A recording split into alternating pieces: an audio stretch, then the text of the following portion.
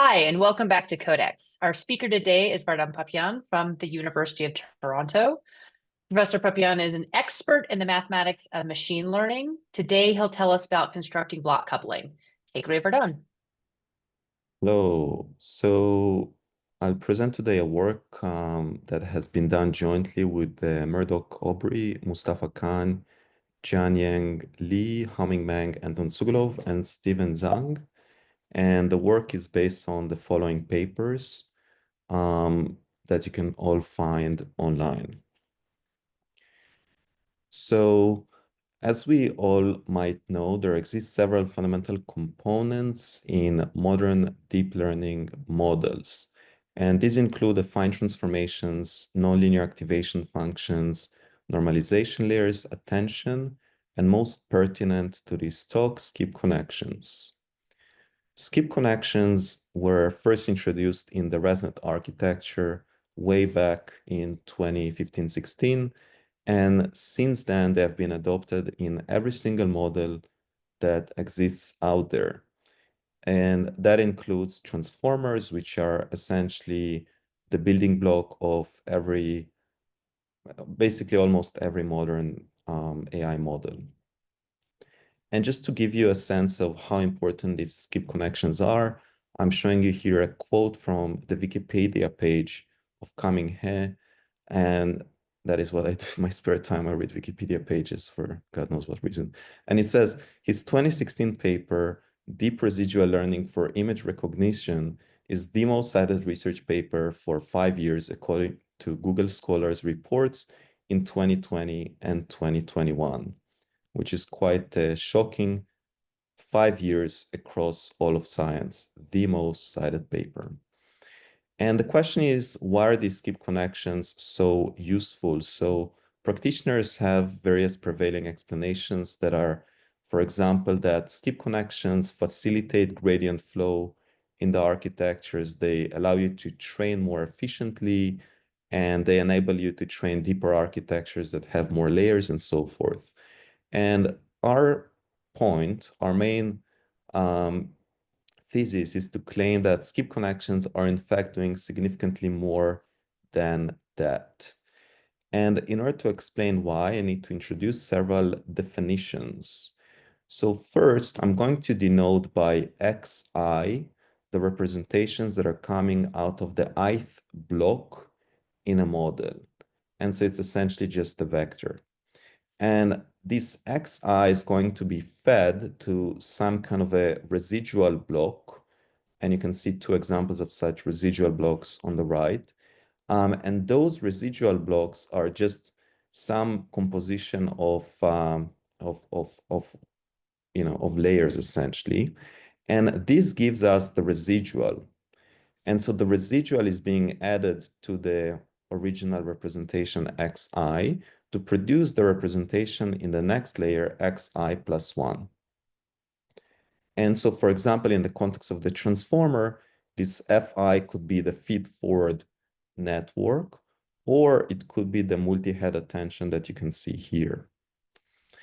Now, these fi functions are nonlinear functions, and so we're going to compute their linearization through a Jacobian matrix. So the Jacobian matrix is a matrix that is of dimension d by d, where d is the dimension of the representations. And we're going to compute that Jacobian at the current representation. So it is evaluated at the point xi. So in order to study these Jacobians, we're going to calculate their singular value decompositions. And these singular value decompositions are then going to be used to try to diagonalize a certain Jacobian in layer I with the singular vectors of Jacobian at layer J.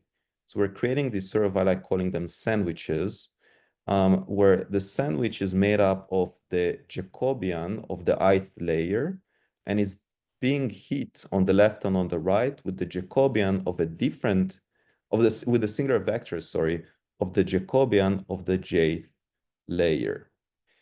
And if for whatever miracle you get that this matrix is diagonal or roughly diagonal, then we will say that the I and jth layer are coupled. And if you took a course by the name of linear algebra, then you would know that if we use here the, the singular vectors of, so in linear algebra, people might call this co-diagonalizable, right? In some courses, they might use such words. So at this point, I want to stop for a moment and ask if anyone has any questions about these important definitions, because if the definitions make no sense, then the remainder of the talk would be a complete waste of your time.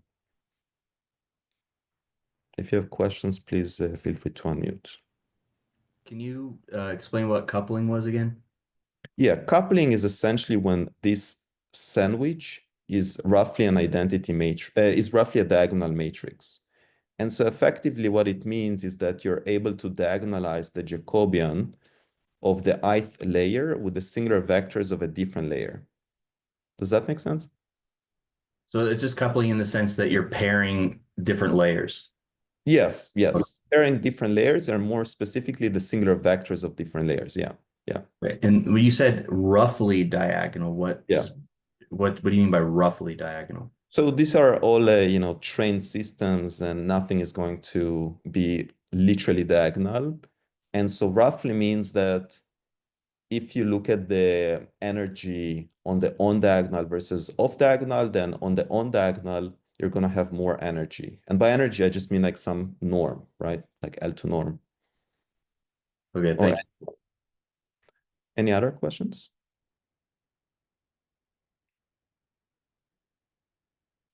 No other questions. Okay, so here we're going to look at a ResNet architecture that is trained on the CIFAR 100 data set. And we're going to compute this sandwich I mentioned earlier for different combinations of layers I and j. And then each subplot here is going to show the result for a different ij combination. And it's essentially showing here for, this is the ith row and a certain jth column. It's showing the matrix here. And roughly speaking, what you can see is that in many times, you get a strong diagonal. Now, on the very diagonal where I is equal to j, you can see that there's literally, can I zoom? Oh, wow, I can zoom in. So when I is equal to j, you can see that there's literally a diagonal matrix, right? Why is there literally a diagonal matrix? You're diagonalizing by its own singular vectors. Exactly, you're diagonalizing by your own singular vectors. But once you move to other layers, you can see that, there's a diagonal structure, but it's not perfect, right? Because in life, nothing is perfect. Life is not perfect, it seems, unless you're, I guess, in math, and then things might get perfect. The point is, generally speaking, there's a strong diagonal structure that appears, and I think this might also address the question of what do I mean by roughly diagonal. Roughly diagonal means that it's not perfect. So this measurement is being done on ResNet trained on CIFAR 100, which is a classification task. And we've repeated the same measurement. Ooh, oh no. We've repeated the same measurement for Llama 3, which is a large language model with 8 billion parameters. And so specifically what we've done was we fed a prompt, which is what is the capital of France? The capital is. This is fed through the model. And then we look at the final token, right, which is supposed to say the word Paris, right? And we look at how this token sort of evolves throughout the layers of the model. And again, we calculate the same type of Jacobians, and we calculate the same type of sandwiches. And what you can see again is that there is, across the board, I would say, strong coupling that occurs. One thing that, any questions about the large language model experiment? So the main difference between this experiment and the previous one is that here it's the CIFAR 100 data set. So you have 100 classes and that's it. Whereas in the context of Llama 3, you're essentially doing next token prediction for a vocabulary that has thousands of possible words. So it's a significantly more complicated task. Also, in this experiment, Llama 3 is a model that was trained by Meta. It costs millions of dollars to train. And so this is done by a third party. So you cannot sort of like accuse us of presenting results that we've generated. This is sort of like generated by a third party, so to speak. Okay, so at this point, you might be wondering what is causing all of this coupling. And the reason all of this coupling occurs actually is the skip connections that exist in these architectures. So we did an experiment where we tried training a ResNet model on CIFAR10 with skip connections and without. And we repeat the same visualization for both cases. And you can see that with the skip connections, many times there is this diagonal structure that appears. But once you remove the skip connections, there is essentially no structure whatsoever, except on the very diagonal, which is obviously supposed to happen. Now, at this point, we were interested in how does this coupling emerge? Does this coupling emerge, does it exist at initialization? Does it emerge with training and so forth? So what we decided to do was we take a certain, let's say a certain pair of layers, right? And we take this matrix here and we reduce it to a scalar, which is essentially measuring how coupled are these pairs of layers I and J. And then we calculate this for every pair of layers for the Pythia 12 billion parameter model. So here you can see there's a bunch of boxes that say 1, 2, 3, and so forth, all the way to 29. These are the different transformer blocks. And you can see that there's checkpoint. Checkpoint is essentially a checkpoint throughout training. And you can see it's increasing roughly on a logarithmic scale. And you can see that initially, there are no edges, no visible edges between pairs of layers. And that is because pairs of layers are in fact not coupled in the beginning. But as you start training the model, roughly around the 2000th checkpoint, you can see that edges start emerging and then they intensify. And so that means that coupling starts around checkpoint 2000, then it becomes stronger and stronger and stronger. Another thing you can see that perhaps not surprisingly, notice here how the couplings initially emerges on sort of like the outer ring. And so that means that initially the layers that are nearby are those that are coupled, and then you get more and more edges that are filling in, which means that further away layers are being coupled. Any questions about this animation? Yeah.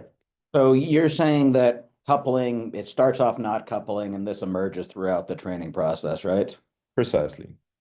Do you know if there's anything you can do with the loss function to make it couple more quickly? This is a beautiful question. One way that we found that you could make coupling stronger is through the use of regularization techniques that people use out there.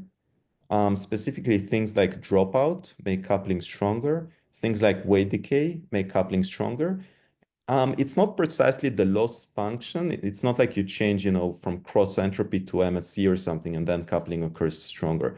But generally speaking, I would say that this is a very interesting question and something that I think is definitely a promising question to investigate. How do you actually make coupling stronger or weaker for the sake of further studying this phenomenon?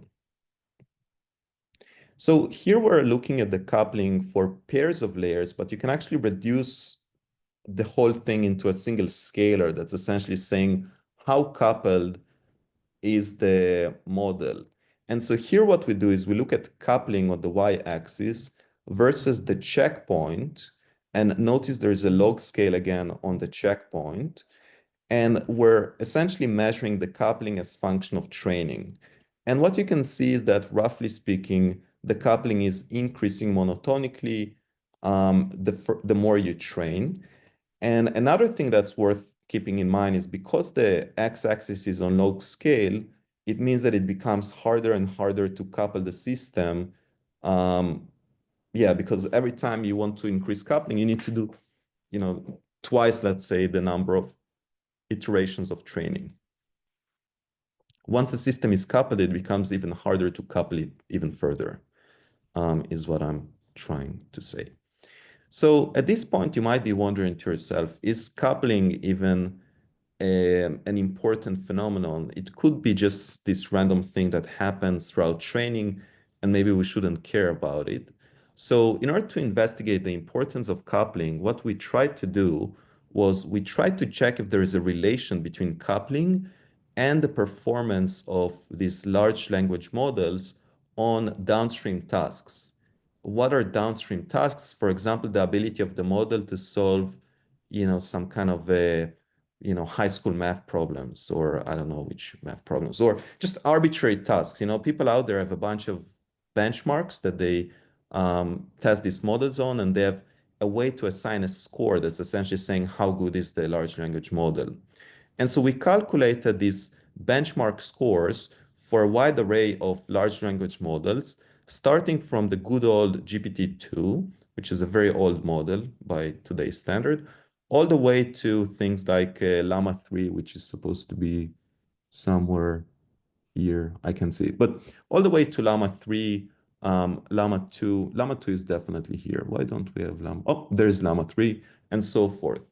And what you can see is that we're showing here a linear fit, and the linear fit is essentially showing a trend where the more coupled the system is, the better the downstream performance on various tasks. And so that seems to indicate that coupling is a generally positive phenomenon, and it seems to indicate that you actually want to incentivize models to be more coupled. And there seems to be a correlation of 0.75. Now, some people were wondering at some point if there could be alternative explanations for sort of why this correlation emerges. And so we actually tried correlating the benchmark performance with a bunch of other things except coupling. So for example, we tried looking at the width of the model, the number of parameters, and so forth. And all of those actually show significantly less R squared. So essentially, this is as good of a correlation as we found. So I think there's something to this.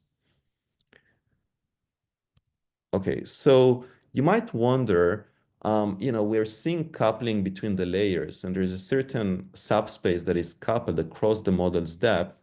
What is the dimension of this subspace? So in order to investigate that, we trained models on the CIFAR 100 dataset once it was subsetted to various numbers of classes. So we trained a model on 4 classes, 6 classes, 10, 8 classes, and so forth. And then we look at these images again. And roughly speaking, what you can see is that the dimension of the coupled subspace is highly related to the number of classes. Now, for example, the way you see it here is that, if you look at how many entries are there that are strong on the diagonal, it's the number of classes minus 1, essentially, here and so forth. So it seems like the coupled subspace is related to the task you're trying to solve. And this is, of course, in a very simple case, in the context of large language models, you have so many different classes, and so it's a whole mess. But I think this gives some intuition for why there's this coupling between the layers.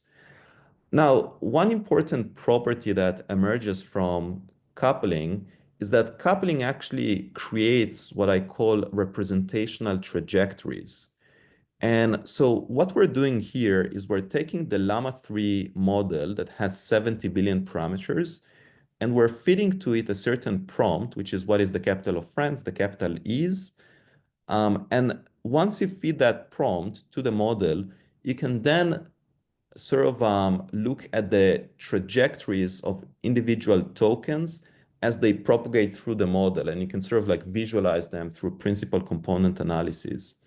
And what you can see is that each one of these trajectories corresponds to an individual token. So for example, the word France could be the could be the green trajectory, and the word what could be the blue trajectory, and so forth.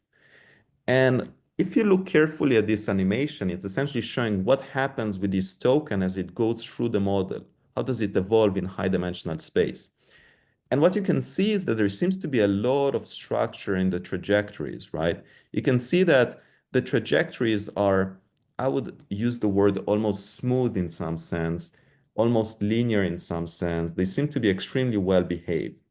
And again, this whole, I believe that the reason the trajectories are behaving so predictably, so smoothly, so almost linearly has to do with the fact that there's coupling, and the coupling induces this type of trajectories throughout the model's depth. Okay, so this measurement can also be done on a ResNet train on CFAR. So here what we're doing is we're taking the CFAR 10 data set that has a bunch of different images, and we're passing all the images through the model. And then each one of these trajectories here represents how the image evolves throughout the depth of the model. And so the embedding or the representation that corresponds to the input of the model is going to be somewhere here in the middle, in the origin. And then as the image evolves throughout the layers of the model, what happens is that the image is essentially being pushed in a certain direction by the layers. And then each one of these lines essentially corresponds to a different image. And so you can see that the image first is around the origin, and then it's being pushed and pushed and pushed in a certain direction until all of these images separate. And all of these trajectories here are colored in different colors that represent the different classes. And one thing that you can hopefully see is that it seems like the images that belong to the green class here are all being pushed in a similar direction. And essentially what all the layers of the model are doing is they're just separating these classes in a very predictable manner. It's very predictable because the trajectories are extremely predictable, which I found quite shocking. I was curious for the Mhm. PCA. Yeah, Do you do it layer by layer and then do global one. a global one? So you just get all the information and then you do PCA. That is correct. But why do you Okay. ask? I'm actually curious because actually I've done both of them, but I'm wondering why do you ask? I guess how do you combine all the information at different layers Oh, okay. into one Yeah, vector? Is it yeah. just like you vectorize them all into one vector and just compare them? Yeah, so essentially the way you do it is you take the representations of different layers and different images and different inputs, and you just stack them together into this huge matrix. And the dimension of this matrix is representation dimension by the number of representations across layers, across images, across everything. And then you do a single PCA on that whole thing. Makes sense. Thank you. And if you were to repeat this measurement for a network, for example, that has no skip connections, your PCA would essentially fail in a sense that you wouldn't be able to find a common basis where you would see this sort of like evolution, right? I think that's maybe related to Nice. what Yeah. you're mentioning, but I have no evidence for that, but I'm quite certain that would occur. Okay, so these trajectories that I was presenting are actually related to a work that we've done with XY Han and David Dono in 2020 that's called the neural collapse. And the idea behind that work was that if you look at the representations of the last layer of classification networks, you see a phenomenon where the representations within a certain class are all collapsing to a point. So for example, here there are three classes, and you can see that there's these little spheres here, and each one of those little spheres corresponds to a different image. And the different shades, there are three shades here, they correspond to three different classes. And what you can see is that as function of training, what happens is that all the spheres in a class are essentially collapsing to a point. And the class averages tend to this perfect geometry that we call a simplex ETF, simplex equiangular tight frame. and also the classifiers align with the class means. Now, this since the publication of this work, people became interested in how does this behavior emerge, because this original work studied what happens at the last layer, right? But since then, people started asking what happens with all the remaining layers of the model, right? Because you have so many different layers, eventually you get this neural collapse phenomenon, but what happens in the middle? And people became interested in what they call a deep neural collapse. And I believe that this block coupling phenomenon is highly related to this deep neural collapse phenomenon, because essentially what you can see is that the way you get to neural collapse is by taking all the inputs that belong to a certain class and just pushing them in a certain direction.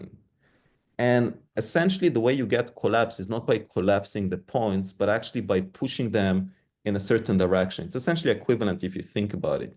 Instead of collapsing a bunch of points to a single point, what you're actually doing is you're pushing away the points. And so if you were to renormalize essentially everything every time to a sphere, you would see that they actually collapse gradually. And so effectively, this is a mechanism for understanding how deep neural collapse happens layer-wise. Essentially, you layer-wise just push the representation in a certain direction. And by doing that, you're improving the separation of the classes and thereby reducing the within-class variability.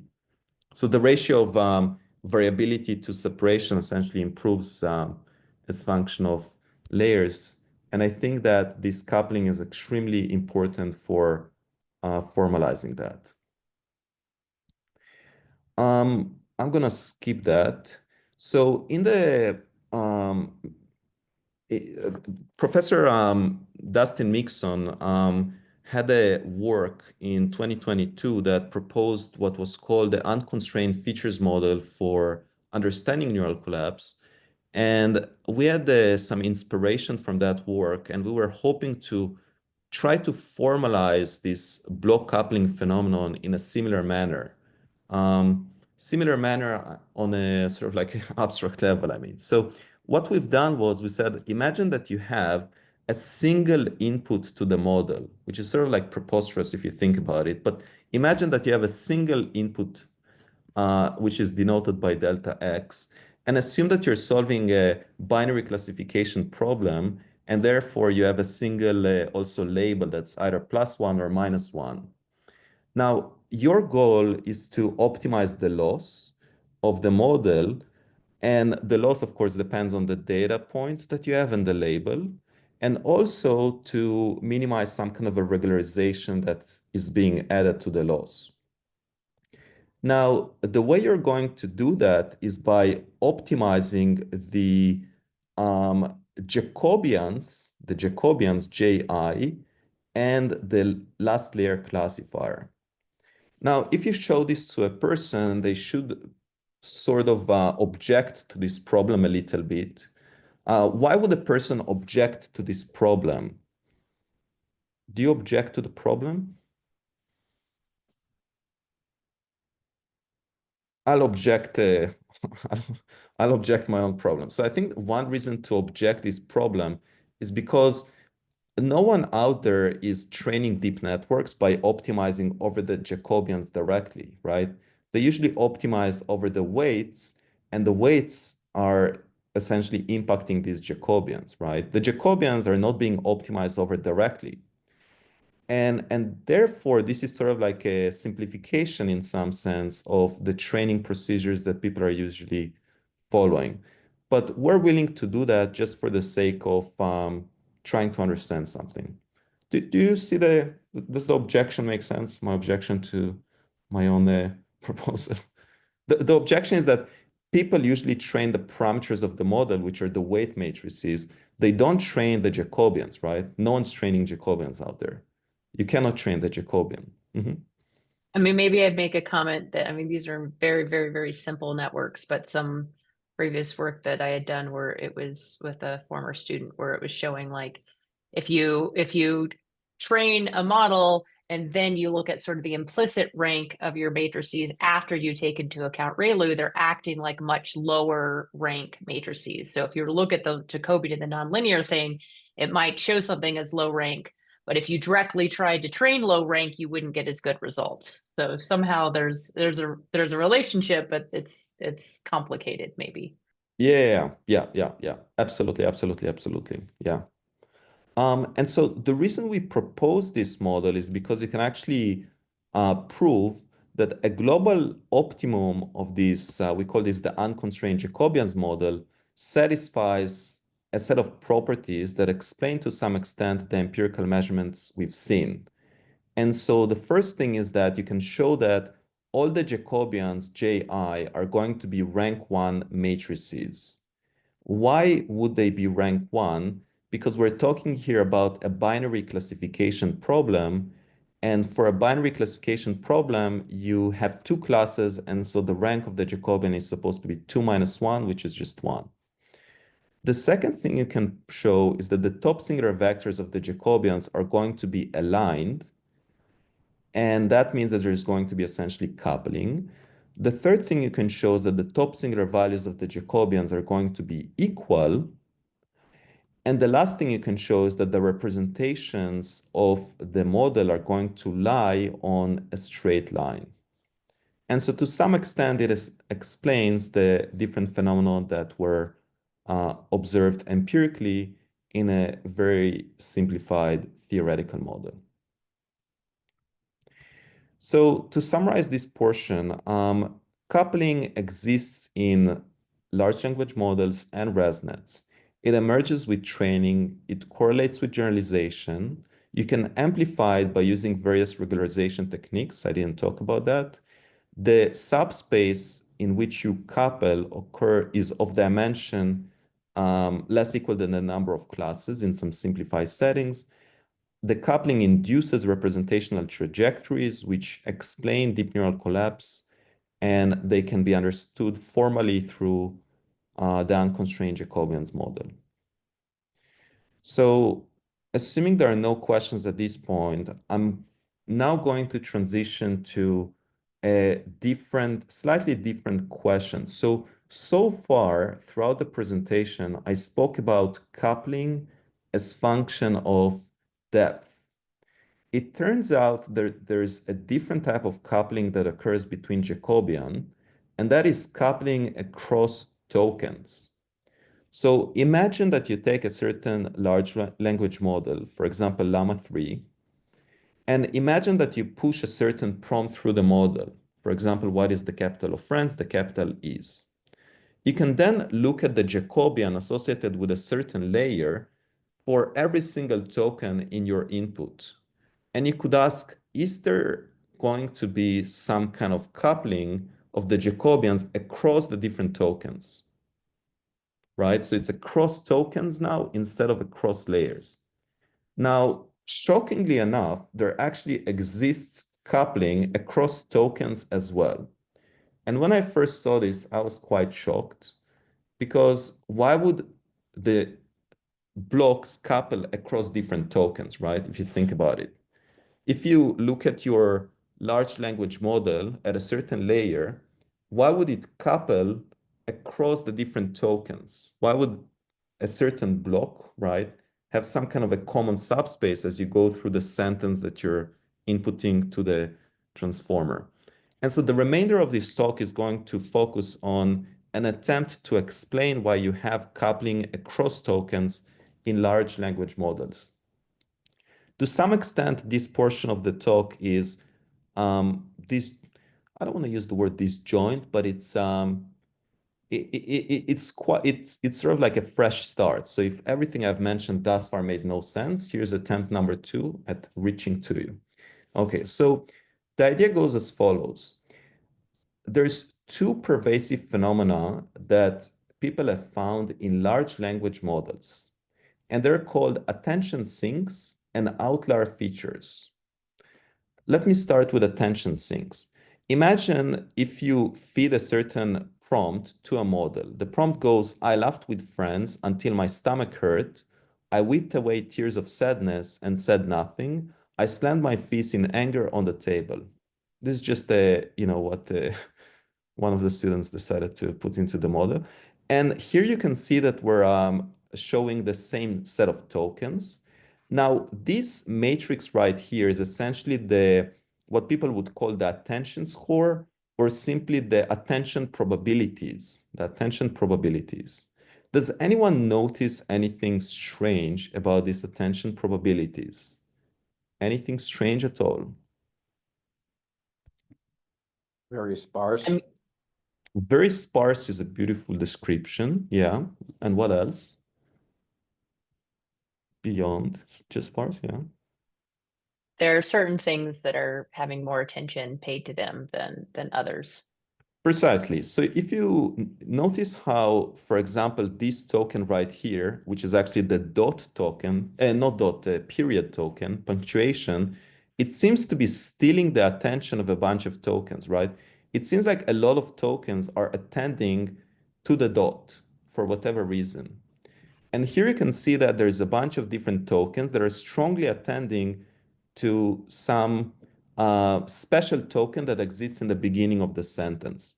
So it seems like there exists some kind of phenomenon where the attention is sinking towards specific tokens. And what is bizarre about it is that those tokens seem completely unimportant. Because if you as a human start reading some paragraph, your attention does not sort of like sink towards the punctuation, right? It seems kind of strange. And so this has piqued people's interest in recent, I think it's like 1 or 2 years. And a second thing people notice is that if you look at the embeddings associated with such sequences, there's something interesting that occurs there as well. Notice how the embedding matrix seems to have these strong values, right, in a certain feature dimension that align very well with the location of this attention sink. And so it seems like there's some kind of huge values that accompany these sinks in the embeddings.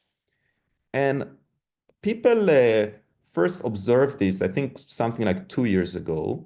And they've since noticed that this phenomenon is actually, it's extremely important to preserve attention sinks and outlier features when you do things like compressing the models or when you do various things. So basically, if you were to remove these sinks and these outlier features, the model's performance would degrade significantly.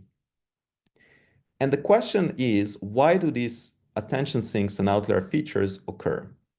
Any questions about the pervasive phenomena? Do this make sense? Or no sense? I guess I'm just kind of curious, like here, all of the attention is at like the first word, and then it shifts and like it moves forward to the token that's by the period, and then it shifts again, and then like it basically stays on whatever Precise. that is. Precise. That a general phenomenon where like it's like a discrete thing where like the attention's here, then the attention's there, then the attention's there? I don't think it's a general phenomenon, but it does happen a lot. So it happens enough that if you were to sort of like sabotage the phenomenon, then you would see that the performance of the models drops, right? But it's not like every single sequence you input to the model would necessarily show this phenomenon, if that makes sense. Yeah, that makes sense. Okay, so the question is, why do these things occur? And there exist some explanations out there, but unfortunately, there's no time to go over them. So I'm just going to jump straight into our proposed explanation for why this phenomenon occurs. And the idea goes as follows. We call this the catch, tag, and release mechanism. So imagine you take a certain sequence of tokens, and the sequence of tokens is denoted by E1, E2, all the way to E capital T. Now, the first thing that happens in the model is that a bunch of different tokens are all strongly attending towards a certain specific token. And that's essentially the attention sink. And then you have a bunch of other tokens that are again attending strongly towards the second attention sink. And so effectively what this means is that the attention sink catches the attention of a subset of tokens. And you can actually show mathematically that this can be done if you just have an outlier dimension. So essentially, this sink here and this sink there have a very large magnitude feature that's essentially, it's sort of like if you have a very large entry there, it's essentially just capturing all the attention. The next thing that happens is after you caught all of these tokens attention, you then, if you look at the attention equations, what happens is that the attention layer is going to take the outlier feature of the first sink, and it's essentially going to copy that outlier feature to all the tokens that were attending to that sink. And so by doing that, you're essentially replicating this large outlier that exists in the sink to all the other tokens that were looking at that sink. And the same thing is happening for the second sink. You're essentially replicating this outlier feature that exists in the sink number 2 to all the things that were attending to it. And then at that point, this is the output of the attention layer. And this output is actually going to be added back to the embeddings through the skip connection.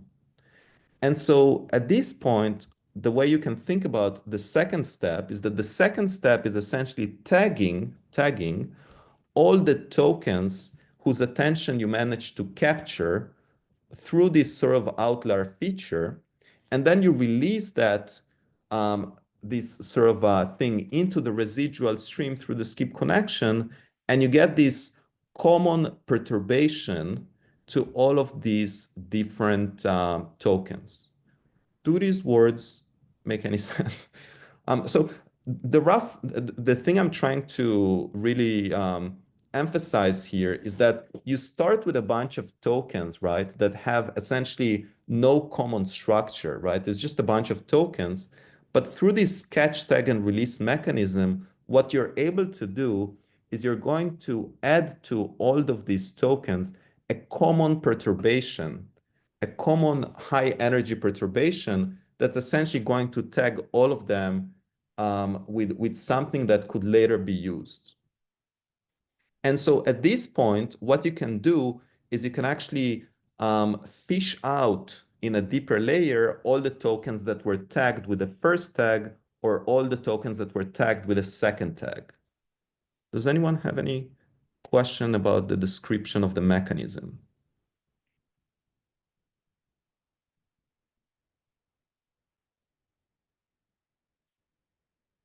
That makes sense. I'm just wondering what these tags look like. Maybe you'll get into the specifics. In a moment, we'll look at a very specific example. Yes. Thanks. So if I were to ask you, actually, maybe I can ask you, how would you actually be able to show evidence for the existence of these tags? Let's say I want to convince you that there exists a tag in some kind of a sequence. How would you be able to do that? Any suggestions?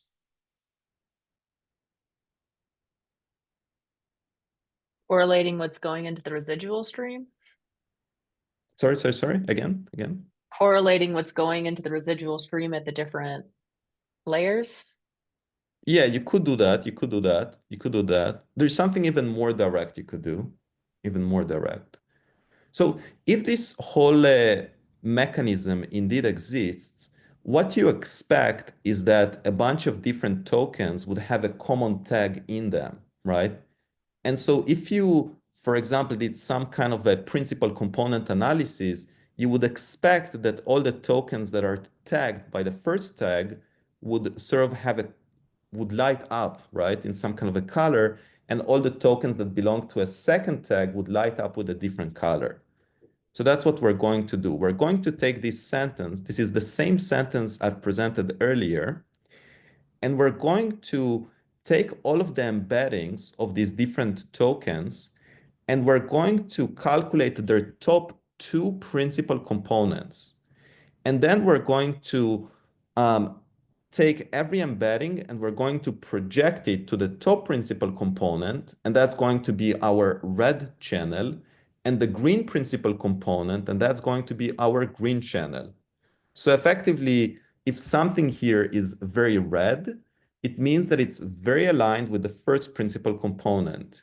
If something is very green, it means it's very aligned with the second principal component. If something is not red or green, it means that it's somewhere in the span of those two different things, essentially.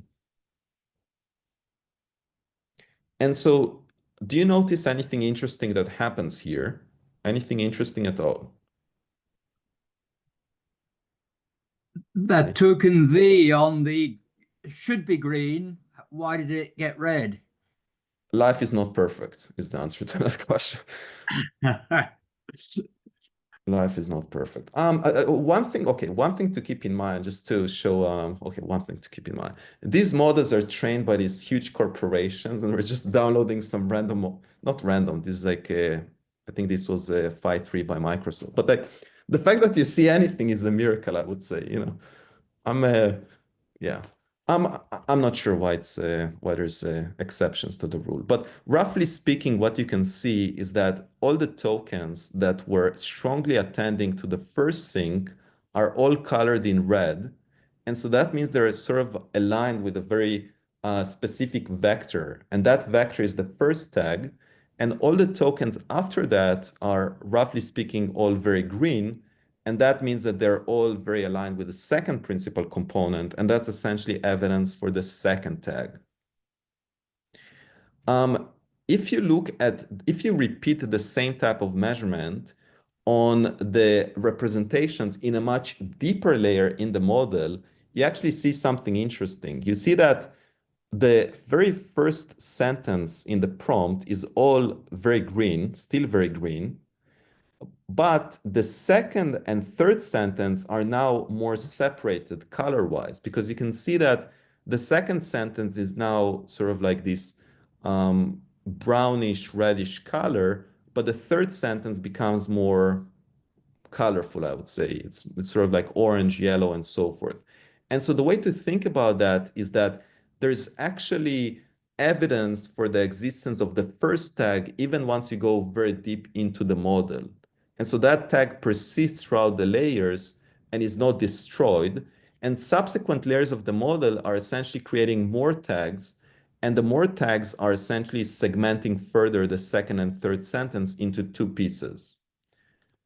To me, this was quite shocking because everyone out there is using all of these large language models, but no one, as far as I know, realized that exist these tags that are essentially hiding under everyone knows, which are essentially segmenting these prompts into meaningful pieces. It seems like there's a question. Maybe we could.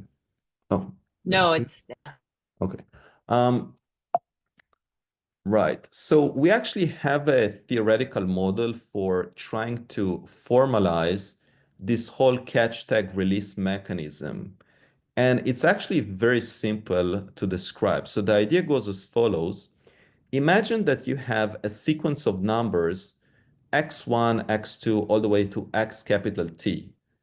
So these are just numbers that are provided to a model. And imagine that there is a special token somewhere in the input that is called SEP. SEP stands for separator. The goal is to compute the average of all the numbers that appear after the separator. And to make the task a little bit interesting and challenging, we assume that the location of the separator changes and it's not fixed. So the goal is basically for the model to average everything that exists after the separator. Now, the way we're going to try and solve this task is by taking each one of these tokens and embedding it into a two-dimensional vector. Now, the first dimension of this two-dimensional vector is going to encode the number. And the second dimension is just going to be some kind of it's just some kind of a dimension that's essentially not meaningful at this point, right? It's just fixed to -1.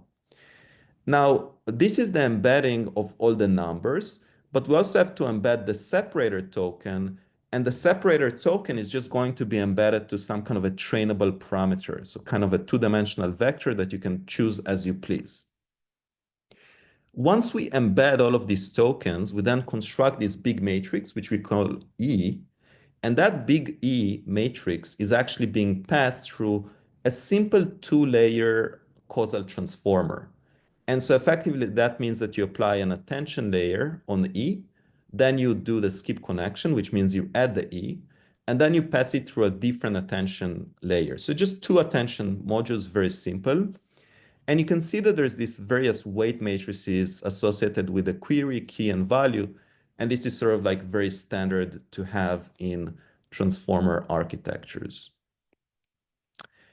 Okay, and our main result is as follows. Assume that you choose all of these weight matrices appropriately, and appropriately means that this way, then you can actually prove that the model would be able to solve the task of averaging all the numbers that appear after the separator, assuming that the following hold. Assuming that the SEP forms an attention sink, assuming that the tokens after the SEP have activation outliers in their second coordinate, and assuming that these weights are all low-rank matrices that either project to the tag or to the number subspace.